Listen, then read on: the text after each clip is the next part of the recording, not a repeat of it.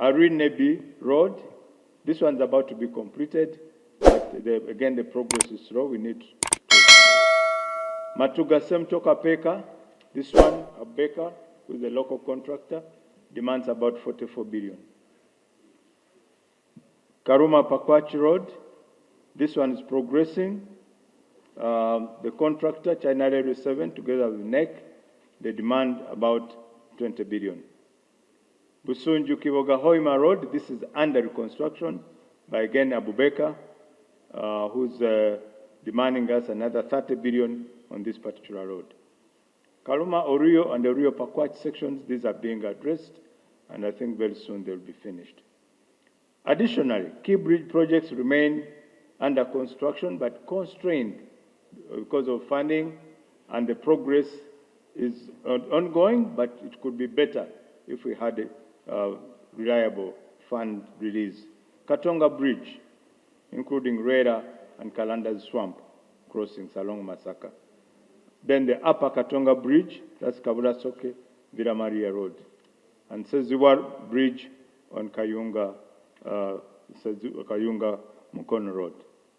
The cumulative effects of these suspensions and delays has led to slow absorption of project resources, exposure to financial claims, risk of asset deterioration, and reputational concerns. If not urgently addressed, these disruptions will compromise Uganda's ability to deliver critical national infrastructure and maintenance of the existing network. Impact of the inadequate funding. The funding shortfall of 2.472 trillion in this financial year has had far-reaching consequences on the implementation of the National Roads Program. These impact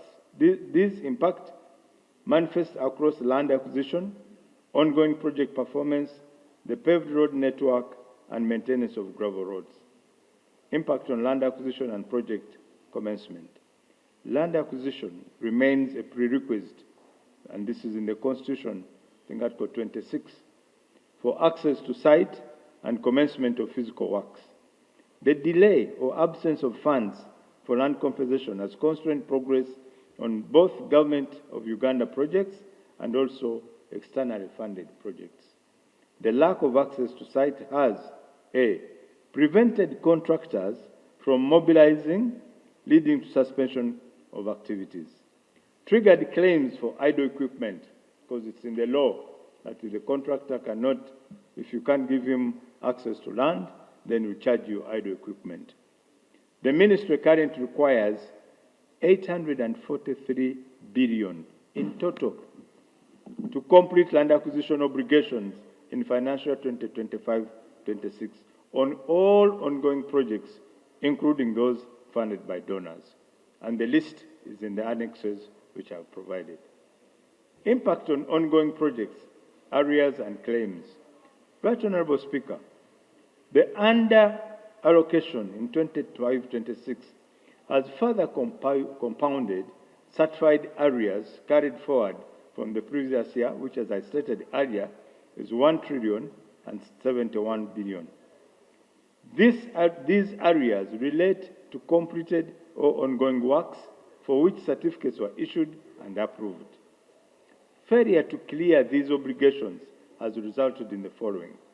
1, suspension or reduced performance on 27 ongoing projects.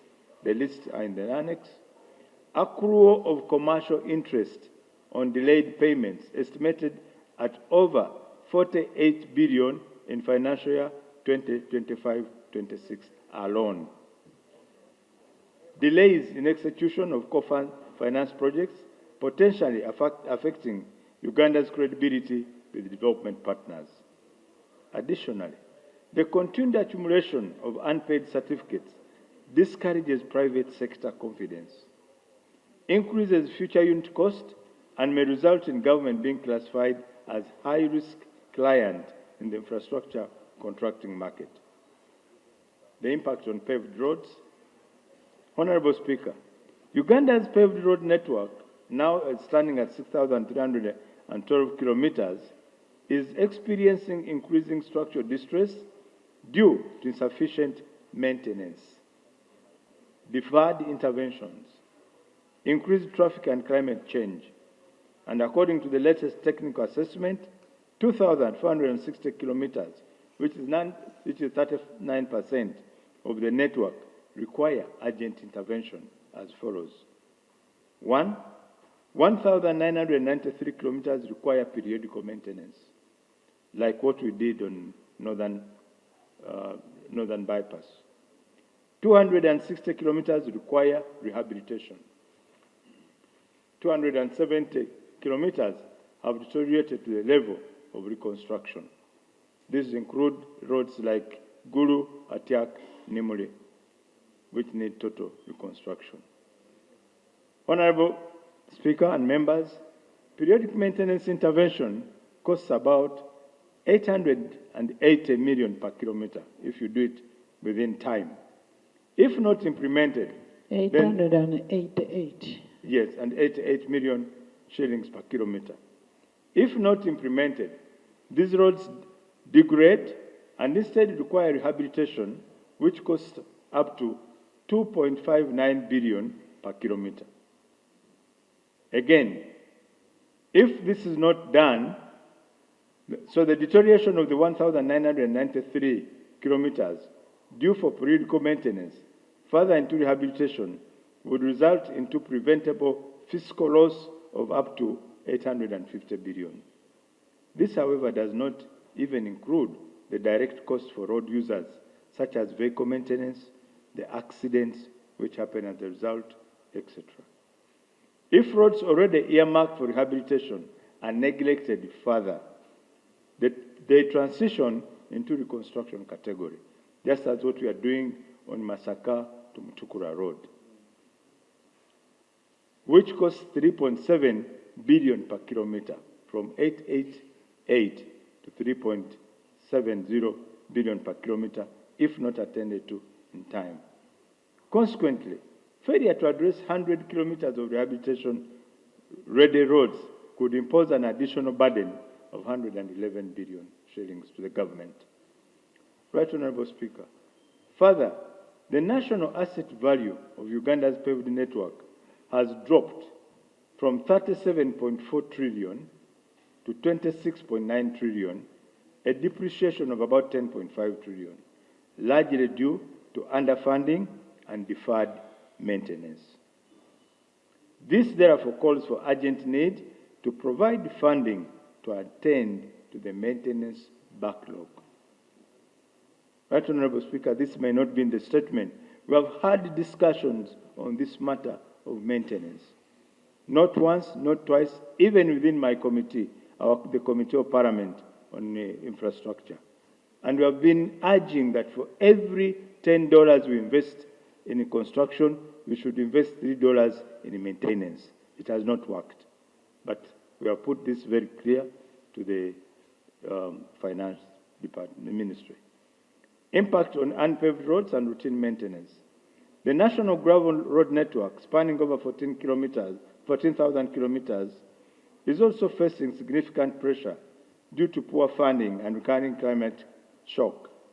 The current condition assessment indicates that 48% of these roads are in good condition, 35% in fair condition, 17% in poor condition.